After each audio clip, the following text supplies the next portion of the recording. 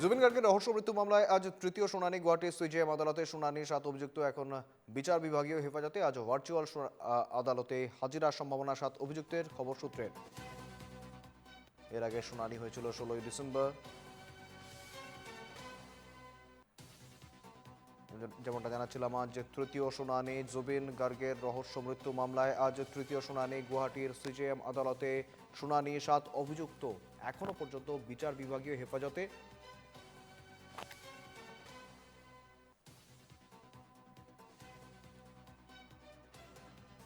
জুবিন গার্গের রহস্য মৃত্যু মামলার তৃতীয় শুনানি আজ সিজেএম আদালতে। গুয়াহাটি সিজেএম আদালতে শুনানি। আজও ভার্চুয়ালি আদালতে হাজিরার সম্ভাবনা 7 অভিযুক্তের। এর আগে শুনানি হয়েছিল 16ই ডিসেম্বর এবং তারপর আজ শুনানি, তৃতীয় শুনানি আজ। জুবিনের রহস্য মৃত্যু মামলায় আজ তৃতীয় শুনানি।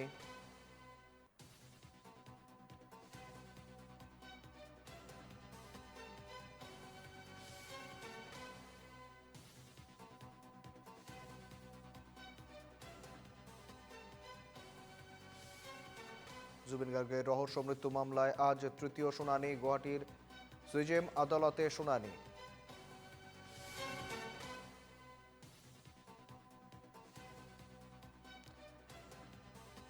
আজও ভার্চুয়ালি আদালতে হাজিরার সম্ভাবনা 7 অভিযুক্তের, খবর সূত্রের। এর আগে শুনানি হয়েছিল 16ই ডিসেম্বর।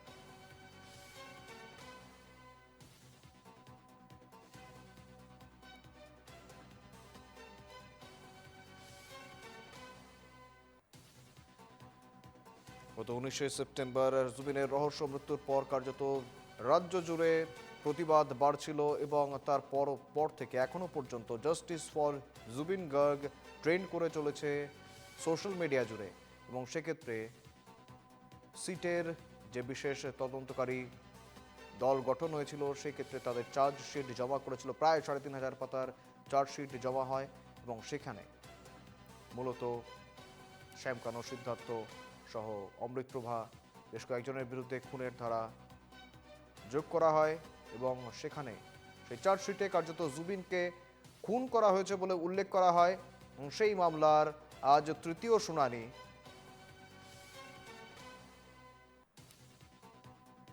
জুবিনের রহস্য মৃত্যু মামলার আজ তৃতীয় শুনানি। ইতিমধ্যেই সরকার এসআইটি গঠন করেছিল এবং সেই এসআইটির চার্জশিটে জুবিনের এই রহস্য মৃত্যুকে খুন বলে দাগিয়ে দেওয়া হয় এবং তার পরবর্তীতে শ্যামকানু, সিদ্ধার্থ সহ একাধিক ব্যক্তির বিরুদ্ধে কার্যত হত্যা মামলা, অর্থাৎ খুনের মামলা, খুনের ধারা যোগ করা হয়। জুবিন গার্গের হত্যাকাণ্ডের মামলার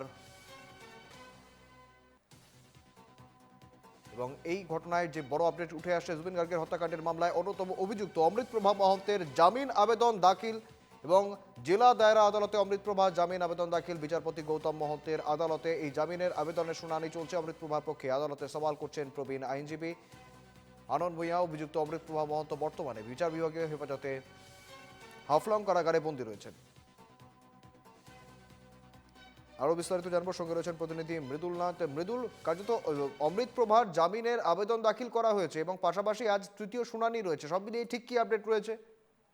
দেখো শুভেন্দু, যেহেতু আমরা সকাল থেকেই এনডিটিভি বাংলা দর্শকদের জানিয়ে যাচ্ছিলাম যে আজ যেহেতু জুবিন হত্যাকাণ্ডের মামলার তৃতীয় শুনানি রয়েছে, আর তৃতীয় দিনের শুনানির শুরুতেই কিন্তু যেটা আমরা বড় খবর পেয়েছি, সেটা হলো কিছুক্ষণ পূর্বেই জানা গেছে যে জুবিন হত্যাকাণ্ডের মামলার যে অন্যতম অভিযুক্তদের মধ্যে অমৃতপ্রভা রয়েছেন, তিনি কিন্তু তার এক ব্যক্তিগত আইনজীবী নিয়েছিলেন এই তার পক্ষে সওয়াল করার জন্য।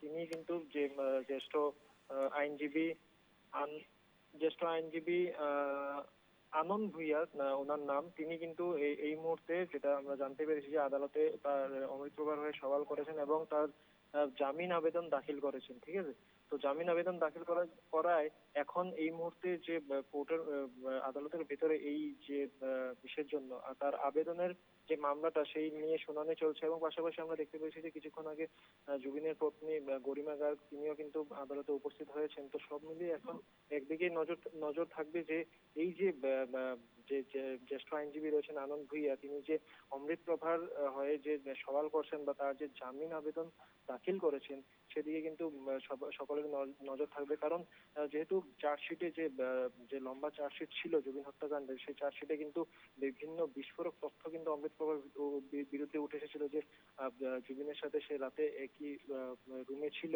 বা জুবিনকে সে অত্যাধিক মদ্যপান করিয়েছিলেন, এই ধরনের কিন্তু বিস্ফোরক অভিযোগ উঠেছিল। পাশাপাশি যে ইয়ট পার্টি হয়েছিল, ইয়ট পার্টির পরে জুবিন যে উইদাউট লাইফ জ্যাকেট যে উনি সমুদ্রে সাঁতার কাটতে নেমেছিলেন, তখনের যে ভিডিও, সেই মুহূর্তের ভিডিওগুলো কিন্তু তিনি ছোট ছোট ক্লিপ করে কিন্তু সোশ্যাল মিডিয়ায় তিনি আপলোড করেছিলেন। সেই ধরনের কিন্তু বহু বিস্ফোরক অভিযোগ কিন্তু অমৃত প্রভার মহন্তের বিরুদ্ধে রয়েছে। তারপরেই কিন্তু এসআইটি তরফে বা যে আদালতের তরফে তাকে হাফলং কারাগারে কিন্তু বিচার বিভাগীয় হেফাজতে রেখেছিল এবং তিনি সেখানে কারাগারে বন্দী রয়েছেন। তার পরিবর্তে দেখা গেছে তার যে ব্যক্তিগত আইনজীবী আনন্দ ভুঁইয়া, তিনি কিন্তু আজ সেশন কোর্টে তার জামিন আবেদন দাখিল করেছেন। এবং এখন লক্ষণীয় ব্যাপার এটাই হবে যে সেই জামিন আবেদনের শুনানি চলছে। কিছুক্ষণ পরে আমরা জানতে পারবো যে তার কি ধরনের এই যে জামিন হয় বা কি ধরনের তাকে শাস্তি দেওয়া হয়, এটা দিকে কিন্তু লক্ষ্য থাকবে। শুভেন্দু। একেবারে অনেক ধন্যবাদ তোমায় মৃদুল।